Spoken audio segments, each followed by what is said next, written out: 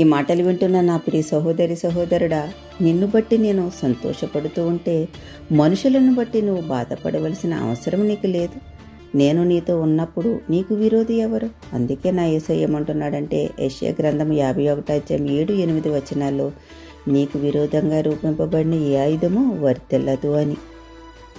బాధ పెడుతున్నారు, భయపెడుతున్నారు, నిందలు వేస్తున్నారు, దూషిస్తున్నారు, ద్వేషిస్తున్నారు అంటూ దిగులు పడుతూ ఉన్నవా? ఆలకించుడి. మనుషులు పెట్టు నిందకు భయపడకుడి, వారి దూషణ మాటలకు దిగులు పడకుడి.